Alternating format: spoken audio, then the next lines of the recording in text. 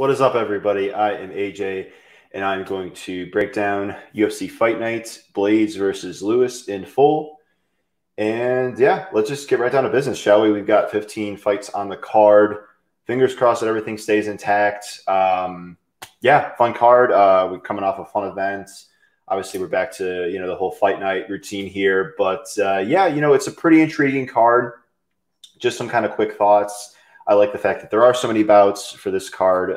We get an earlier start time, 4 p.m. Central Standard Time compared to like 6 p.m. last card. So that's a little bit better, assuming everything stays intact and we get the same start time. But yeah, there's not too much more for me to share. I just finished researching this card, and while everything's kind of fresh in my head, I want to get on and break everything down. So let's just do it in the order of Tapology. Rafael Alves taking on Patsabatini. Hopefully I got that right, those names. But yeah, this fight was one of the more recent bouts put together. It was going to be Rafael Alves and Mike Trizano, which I was potentially kind of interested in Trizano there, just as we'll get into more. Alves is a dangerous fighter, both on the feet and on the ground, but he's not particularly high output. He actually fights at a very slow pace. But yeah, it's now Patsabatini, who – my read on both of these guys were their strength is on the ground. I think their strength is grappling on the mat, but neither guy is a great wrestler. I've seen them actually both taken down fairly easily. And in the case of Alves, Alves isn't even really willing to go for takedowns. He rarely goes for them. And as I kind of alluded to with his low output style, if you've seen the guy fight, he's obviously got a very muscular frame for the weight class. I think he conserves his energy a lot. He's not wrestling a lot because obviously we know wrestling taxes the cardio more so than, say, purely striking does. And it kind of reminds me of Yoel Romero. I mean, I haven't seen Alves like visibly gas badly, but I think it's because he consciously knows, hey, I'm a densely muscled guy. I have an explosive style. I throw my shots with power. Therefore, I need to be mindful of how much energy I'm expending as the fight kind of goes on. And so what Alves has going for him here, as briefly touched on, he is more prepared. It's going to be him and Trizano, whereas Sabatini here is coming in on short notice, actually up a weight class. Sabatini previously fought at featherweight. Alves is big for lightweight, so he will at the very least have the physicality advantage. And I do think Alves is more dangerous on the ground and on the feet, but it's not a bet for me because his style is just so low output, so low paced. And at minus 190, what he's at around the time of recording, it's a pass. And honestly, it's just a pass fight all around, no matter where the odds go, right? It's just a fight where the best case scenario, at least from my perspective, would be we get to see both of these guys in the UFC octagon for maybe upwards of 15 minutes, just to get a more clear feel as to how these guys actually perform in the UFC. Obviously, we kind of know the types of fighters that these guys are, but it actually, in my opinion, has just I have better judgment when I actually see these guys in a UFC octagon. So the pick is Alves because, like I said, he's more prepared. He's bigger than Sabatini. I'm not sold on him finishing Sabatini because, like I say, I think that most of Alves's finishes come on the ground with his guillotine, or he's also a leg lock threat as well. But as such on Sabatini, definitely well-versed in jiu-jitsu as well. So the pick is going to be Alves, but no bet for me. I think it's just a complete passive fight, to be frank about it. Sergey Spivak and Jared Vanderera, these two gentlemen were booked end of last year, very end of last year, so I didn't really have to tape it, which is nice because saves me time, obviously. But as it pertains to this matchup, I'm pretty sold on Spivak winning. I like the fact that he's obviously much more proven, tested in a UFC octagon. I actually think that his striking has gotten a lot better. He just looks a lot more comfortable than, say, he showed in his UFC debut. Good combination boxing, as I'm noting here in my notes, utilizes the jab while striking, which I think is important. As Michael Bisping says, the jab is the key to the door. And even though we don't see a jab as the typical knockout punch, it helps set up the rest of your striking game in some respects. So I do look for that in fighters. Can they establish a jab? In the case of Sergey Spivak, he does. He's also got a double leg takedown against the fence. He's got a combat sambo background. His defensive grappling isn't great, as we saw in the Marcin Tybura fight, but I think he's actually going to be the fighter that is going to be initiating the grappling here. And as I'm kind of noting here, yeah, his defensive grappling isn't great. He's a BJJ blue belt. and he's not an overall like good overall technical wrestler, as I'm noting here. Vanderweer is a BJJ black belt, but like his MMA grappling, I'd say isn't great. The glimpses that I have seen, he's looked kind of susceptible there, I'd say. So I would lean that Spivak's a bit better of an MMA grappler, even though the belt, one guy's belt rank says blue belt versus black belt. I just more so would like to judge based off my eyes in an MMA octagon. We see it time and time again. Fighters could have a certain black belt rank, but you know their opposition is just a better MMA grappler than them.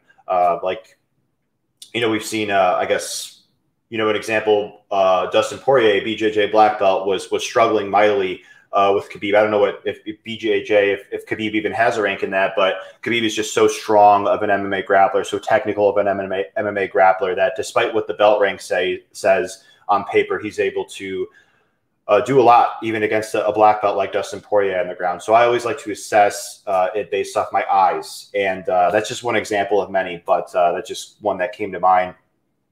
And yeah, Vanderweer, he looks fine, I'd say. He may be a bit bigger than Spivak here, as I'm noting. Utilizes jab, low kick. He's got some feints. He likes to kind of fight methodically on the outside. So I don't think Spivak is going to be in this serious, like, blitz threat like he was against Harris in Tuivasa. And he's going to be my pick here. It is another pass fight because when I'm betting fights, I want to bet them, thinking that I have conviction on this bet. There aren't so many unknowns floating out there. I have a good enough of a read to make an assessment one way or another. And Spivak is my lean. I do think that there is enough footage out there for me to pick him. But again, in order for me to place a bet, I would like a little bit more similar to the last fight we just discussed. I would like to see Vanderweer in a UFC octagon for 15 minutes so we could see him tested more, see what he looks like in different situations. So as far as the pick goes, I'm not going out a limb with picking Spivak, but that is the side I will take. Moving on up, Eamonn, Sahabi, and Draco Rodriguez. And that's kind of the trend with this card. There are, including this next one here, there are a lot of fights where there is lack of footage on a lot of these guys. And it's a complete pass from a betting perspective. And I'm not saying that's the right or wrong thing to do. That's just that's my personal preference, right? I want to bet fighters with confidence, saying that I have enough evidence. There is enough evidence there that we could see on tape to say, hey, this is likely to happen. Hey, this fighter can win the clinch exchanges, wrestling exchanges, whatever it may be, because we have simply enough evidence. We have sufficient evidence to suggest that. And in the previous two fights, and even this one that we'll get to, there's just not as much as I'd like to place a bet either way. And in the case of Draco Rodriguez, who's the guy I'm alluding to with that statement, yeah, he's coming off a really nice finish on his Contender Series fight, but there's just not a lot of footage of the guy out there. He seems athletic and explosive and dangerous on the ground, but, kind of going along with the finishing sequence on the Contender Series, he was actually, reversed. Prior to the finishing sequence, he was threatened from his opponent Martinez's guard. I mean, this is all the notes that I was able to assemble from Rodriguez because, and I'm not ashamed of it at all, because there just isn't a whole lot of footage of the guy. Sahabi, we kind of know what we're getting out of him. He's a BJJ black belt. He seems very competent and aware in scrambling situations. So I'd be pretty surprised to see Rodriguez go out there and submit him, to be honest. I don't really think that's in the card considering Sahabi's grappling experience, just as a belt rank and also what he's shown in the octagon. He actually looks, solid grappling with Ricardo Ramos. His striking, though, is just so low output is Sahabi. His takedown defense, I'd say, is a huge liability as well. His striking defense is a huge liability. So we kind of know that Sahabi's like a guy that, he could be beat by certain prototypes of fighters, a guy that, say, has solid wrestling, fights at a reasonably high pace, could beat Sahabi. He just is a guy that doesn't produce a whole lot of offense, and that makes me tough to trust a bet on him. But it's also tough for me to trust a bet on Rodriguez because we don't simply know enough about him. My lean is that he probably is better than Sahabi, but it's more so just a gut feeling, right? I don't have enough evidence to say that with conviction. And that's okay, at least from my viewpoints. Don't have to bet every fight on the card. This is just one where, like I pointed out previously, I would like, ideally, that we could see Draco in the octagon for upwards of 15 minutes just to see what this guy's like. What's his cardio like? What's his striking like for extended periods of time? What's his wrestling like? there's just a lot of unknowns on this guy, as are some other fighters on this card. It actually is kind of a reoccurring theme. So again, as far as a pick goes, I'm not going on a limb with picking Rodriguez, but again, it is more so a gut feeling rather than me looking at evidence, looking at notes, going, this is what I believe is going to happen, backed by conviction. So there we go there. Chaz Skelly and Jamal Emmers. I placed a bet on Emmers a while back, actually. I do like him in the matchup. I think Emmers is very talented. He has a win over Corey Sandhagen. Granted, it was a while ago, but that just kind of speaks to what he's capable of, right? You know, he also has a win over Alex Hernandez. Emmers, I'd say, is solid. He's well-rounded. I'd say his best skill set is grappling. He's a good athlete. He moves very well. I think he fights at a much higher pace than Skelly. I think he's a better striker than Skelly. I think he's a better wrestler than Skelly. And I think that even though Skelly is a threatening submission grappler, and he's definitely very tricky in terms of his submission grappling, he's very competent, aware. Skelly is a guy that really embraces the scramble. We saw that in his last fight against Jordan Griffin, but Skelly's a big hole in his game is his takedown defense. You know, he defends takedowns around like 30%, not a very high rate. And it's because I think he is so confident in his ability to scramble and just kind of is comfortable being on the ground because of his submission grappling capabilities. But what I've seen from Emmers is he seems solid enough, competent enough on the ground to where I trust him to kind of avoid any sort of submission grappling threat from Skelly. Skelly's going to be a stiff test. He's the scrapper after all. You know, he's a veteran. He's been in there with a lot of different guys. But my read is that Emmers is a better striker. I think he's a better athlete. I think he fights at a much higher pace. And Emmers, the areas of his game that I'd say he could work on are his striking defense and his lack of game planning. I'd say like the tell of that statement would be like the Giga Chikadze fight. He kind of would recklessly close distance. There's even a sequence of that fight where Giga countered him and dropped him briefly. Emmers has been knocked out in the past by Thiago Moises, by Juliana Rosa. It's possible Skelly knocks him out, of course. Skelly isn't a huge power puncher. He's only got a few wins, or 3 wins by TKO KO, if memory serves. 3 wins by TKO KO. He's got 1 knockdown in the UFC. So while possible, I don't think it's particularly likely. And so we're kind of in a situation where Emmers should be winning, I think, the aggregate of the exchanges, both on the feet and on the ground. I think Emmers has a much better cardio. And it's just a matter of, could Skelly catch him in something? And if you guys have been listening to my breakdowns in the past, I tend to side with the fighter that I think is going to be winning the aggregate of the exchanges rather than the fighter that I think kind of needs a moment. And there are certain fighters like, you know, a Yoel Romero or a Francis Ngannou where they're so dangerous that all they need is that one moment. But in the case of Chaz Skelly in this particular matchup, I'm not so sold that even if he gets that opportunity, gets that moment, that it's going to be just a fight-ending sequence. So I think that Emmers is just going to win the majority of the exchanges, if not maybe even all of them, over the course of 15 minutes. I think he's the rightful favorite. We're seeing some action come in on him. He's now over 2-1. So we'll see. I get it, the hesitation on Emmers. You know, he against Chikadze, he didn't exactly wrestle as urgently as you'd like him to, as somebody who would back him, and I did bet him there. But even in this fight, if he doesn't want to wrestle Skelly, I think he is the much better striker. So he's got multiple different avenues to win.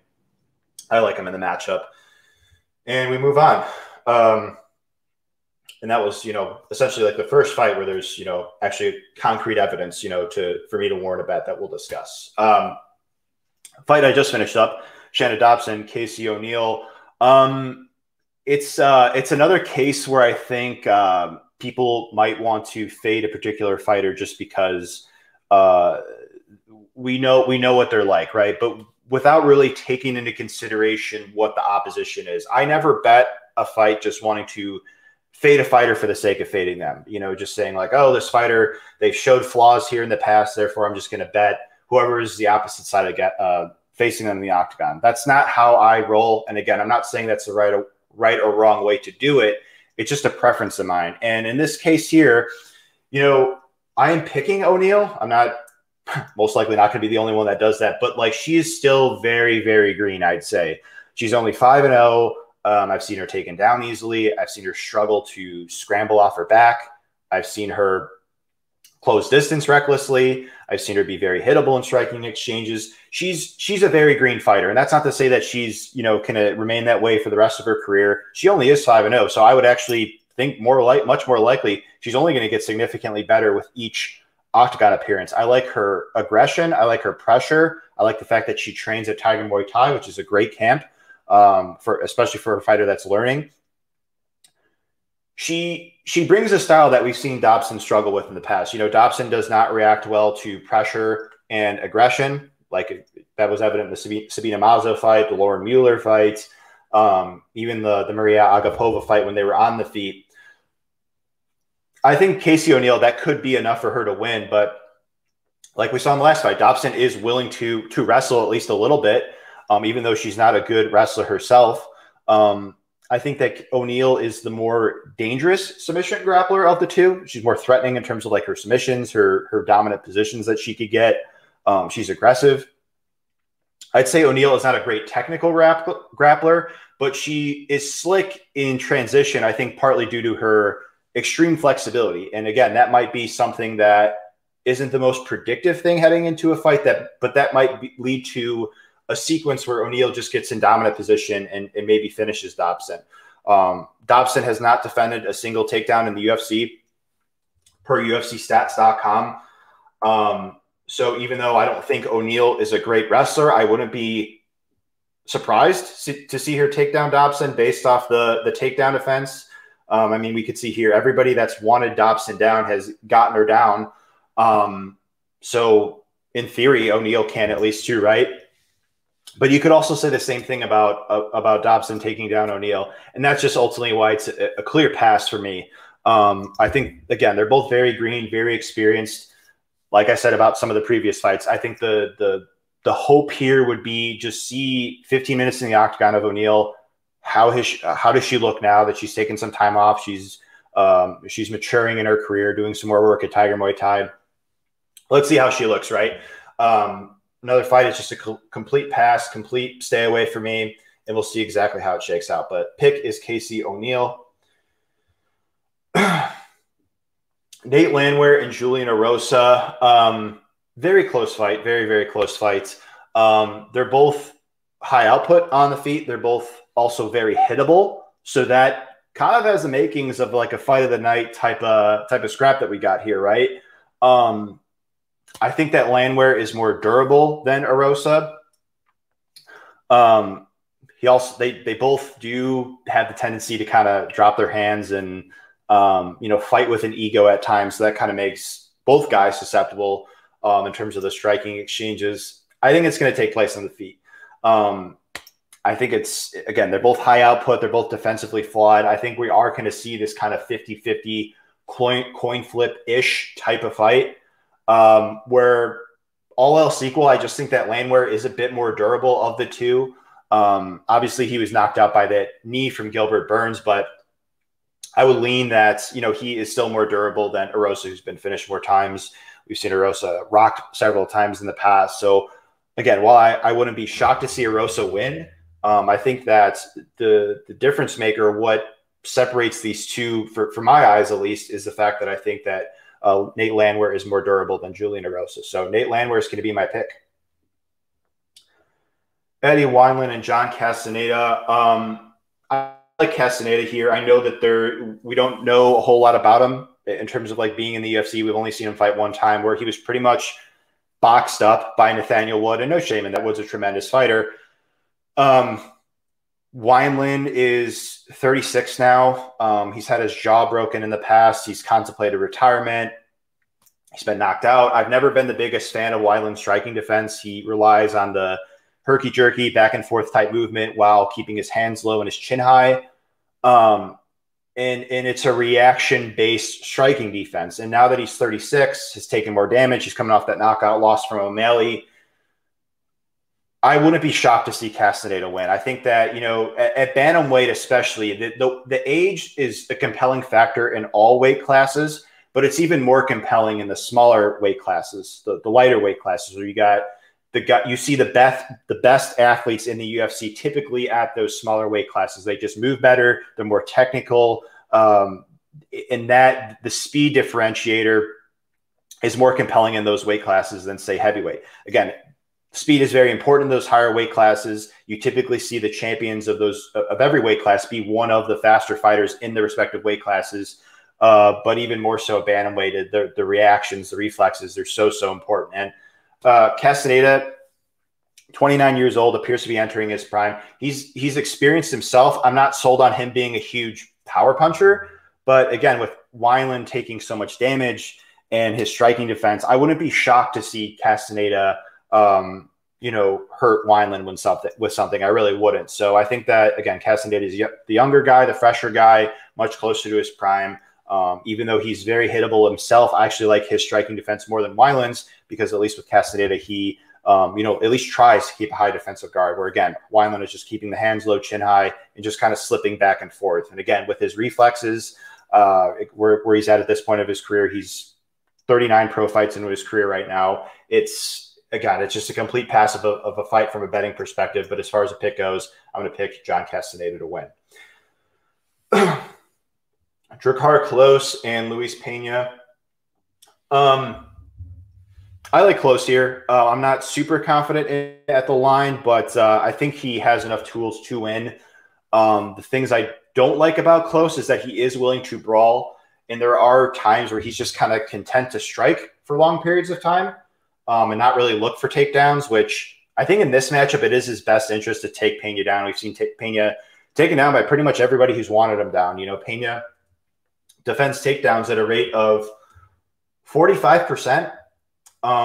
We've seen Pena threatened on the ground. We've seen his submission grappling looked susceptible, not just in the Karma Worthy fight last time where he was submitted, but even the Steve Garcia fight. He was threatened from Garcia's back.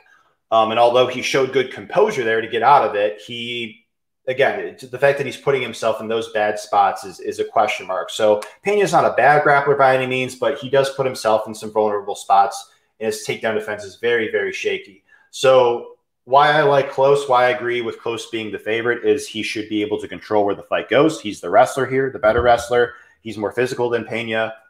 He's shorter than Pena, stockier than him. So in theory, that should help his chances of getting Pena to the ground even more so. Pena has very skinny legs. We know that, and Klose will kick low. So I think that the low kicks of Klose will be able to pay dividends, not only rack up points as the rounds kind of progress, but also hinder the movement of Pena. They both could kind of be passive for certain exchanges, they could both be passive in striking exchanges for a certain period of time. Pena's got some reach. I wouldn't be shocked to see Pena best Klose on the feet. I really wouldn't.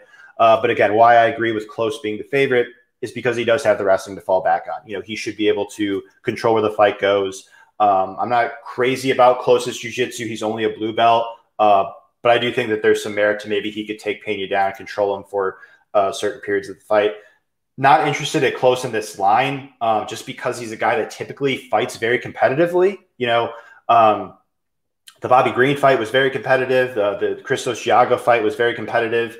The Mark Giacchesi fight, very competitive. So he's not a guy that typically pulls away all too much in fights. He's a guy that's very well-rounded, very tough to kind of exploit, but he, at the same time, doesn't really separate himself all too much from the opposition. So again, I think Pena is kind of live because he is a long guy. He can have some moderate success on the feet. And like I said, Klose's lack of willingness at times to wrestle kind of gives me pause for him at this line.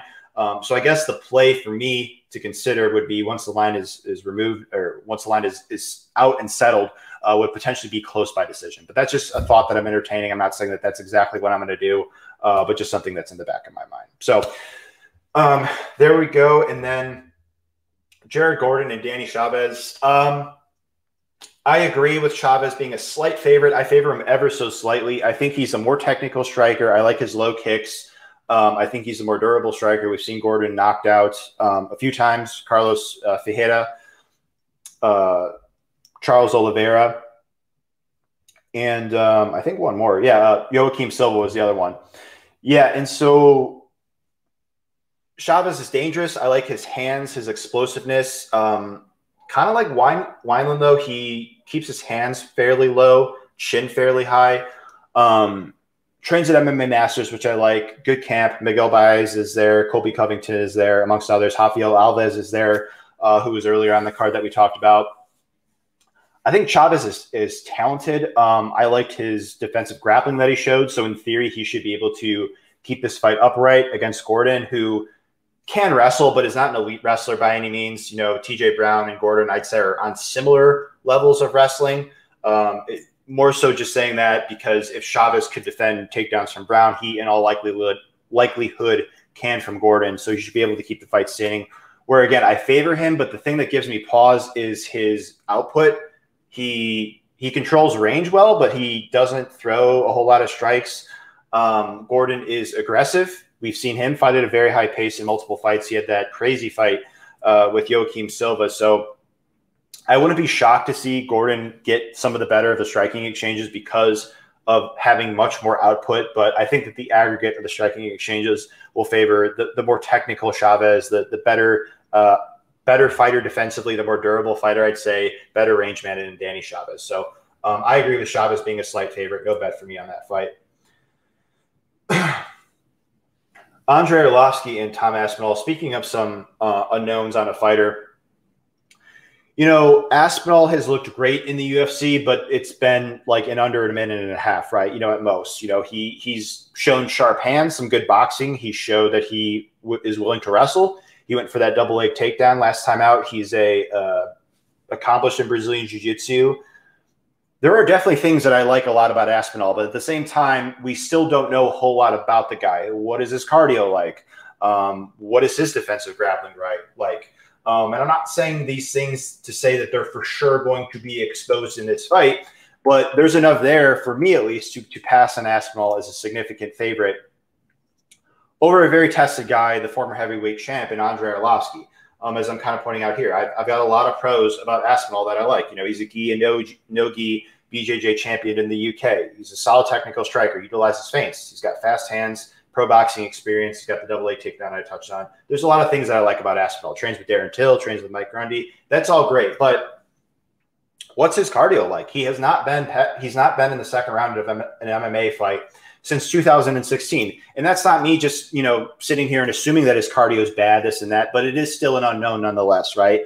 And when I'm talking about betting a fighter, this is something that I wouldn't like floating out there. The goal here, kind of what I touched on before, I would like to see Aspinall maybe not finish Arlovski early, see him tested. What is his cardio like as the fight goes on? Maybe it looks great, but I still don't know at this point. And he's never been to the third round in a pro MMA fight. Only time was as an amateur in 2016. So again, I think there's reason to be optimistic about Aspinall that, you know, again, I'm talking about 2016 here as recently as that since then he's gotten a lot better, again, especially noting those training partners, Grundy and Till. But again, I still don't know. There is regional footage of him looking a bit shaky on the ground. Not that Arlovski's that guy to go out there and just, you know, heel hook you or anything, but there is enough there where we've seen it with Arlovski. He can make fights very competitive if you don't go out there and knock him out quickly. We saw that last time against Tanner Boser. The only guy to knock out Arlovski in the past few years has been Jairzinho Rosenstruck, and I won't be as vague as saying a few years. I will say as soon as 2000 he got knocked up since 2017. He's only been knocked out by Francis Ngannou and Jairzinho Rosenstruck, two of the biggest hitters in the weight class, right? So again, there's no shame in that. It's not to say that Aspinall can't knock him out, but there's also a legitimate chance that he doesn't early. And if Aspinall doesn't knock Arlovski out early, then what happens? I don't know. I don't think that there's enough there. Like I said, there's reason to be optimistic about Aspinall. He seems very talented. He seems like a smart guy. We'll see. He's my pick. I just think that he has the faster hands. He's a bit sharper at this point. But Arlovski's still got his technical savvy, slick striking intact. He's still going out there, you know, fighting smart. He's not really engaging too much in a firefight. He's just kind of sticking or staying on the outside, utilizing his, again, solid striking, feints, footwork, all that good stuff. So, again, I think it is an interesting test for Aspinall. So we'll see how he does. There's been prospects matched up with Arlovski in the past. Some pass the test, some don't. So we'll see. Nasruddin Imavov and Phil Hawes. This is my other bet on the card so far. I did bet Imavov here.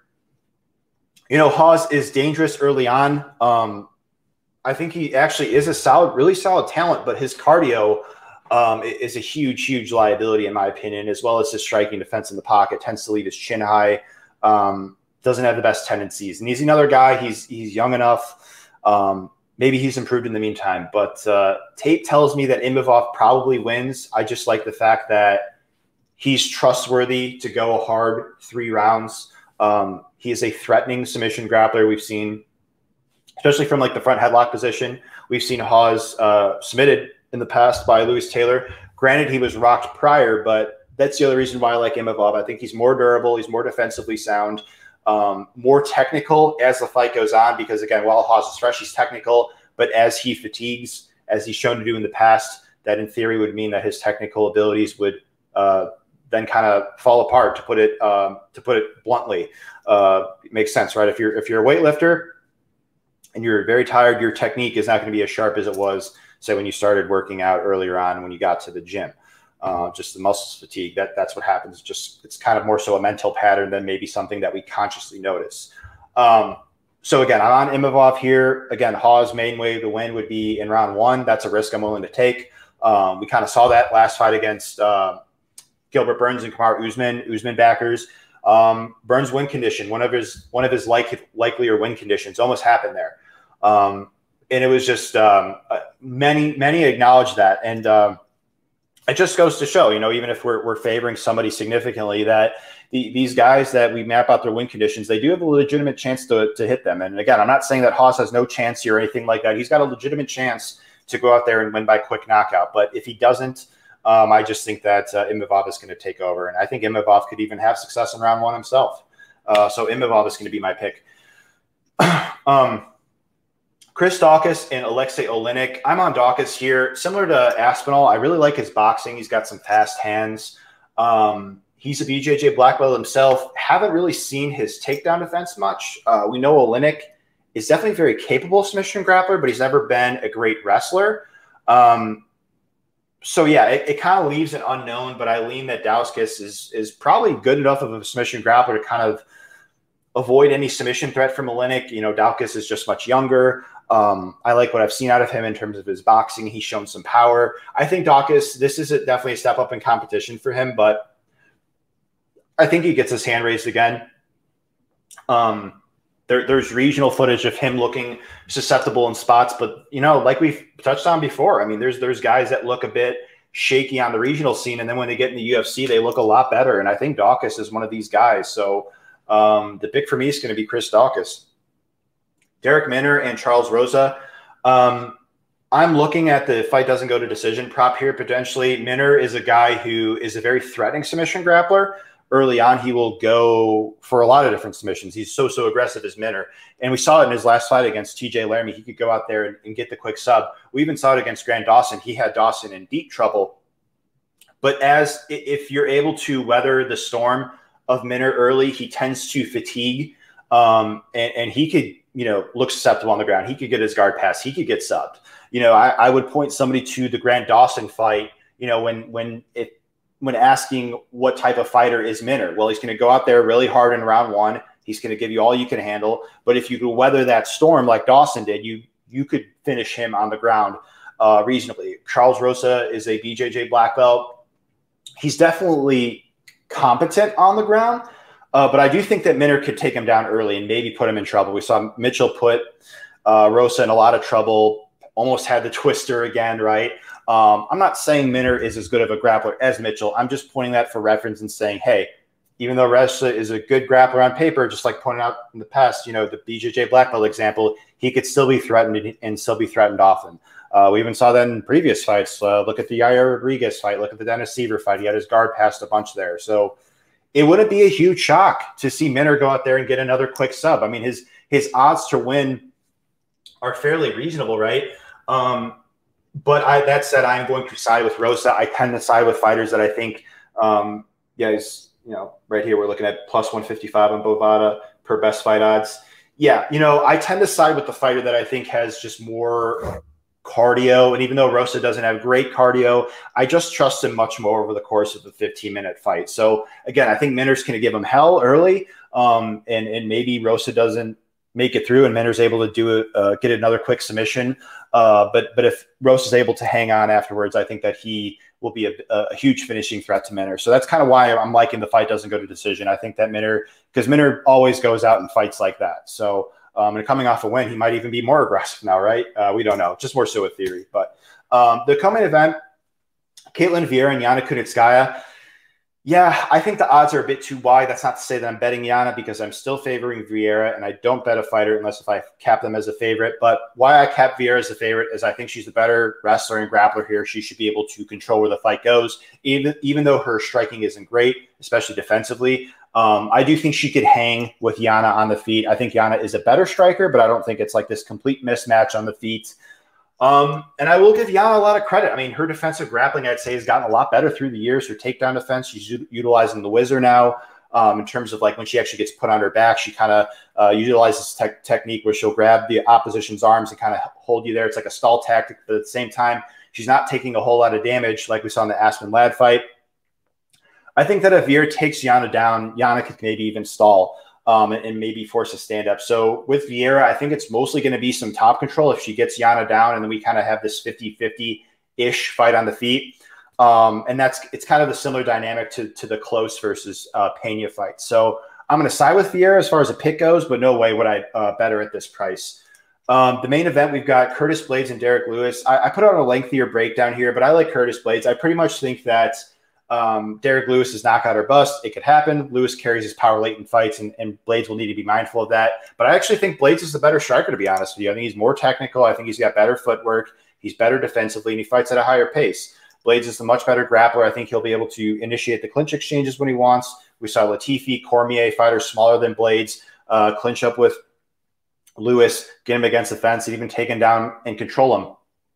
Lewis's takedown defense, I'd say, he's gotten better through the years, but he's still not he still could be taken down against a good wrestler, which Blaydes certainly is. He's credentialed in collegiate wrestling. He's shown in MMA. He sets up his takedowns well. He mixes in strikes. He feints, level changes, in and out movement, all that good stuff. So Blaydes should be able to control where the fight goes. I think that he could maybe get a finish on the ground or on the feet. I think that Blaydes' striking has gotten a lot better, even though he's not one of the best strikers in this division. I think it's gotten a lot better through the years. So Lewis is dangerous. He always is. We know this, but I think that the aggregate of the striking and grappling exchanges here will go much more in favor of Blaydes of the two. So that'll do it for the breakdown. Thank you guys for tuning in. I appreciate it, and best of luck on the event. Take care.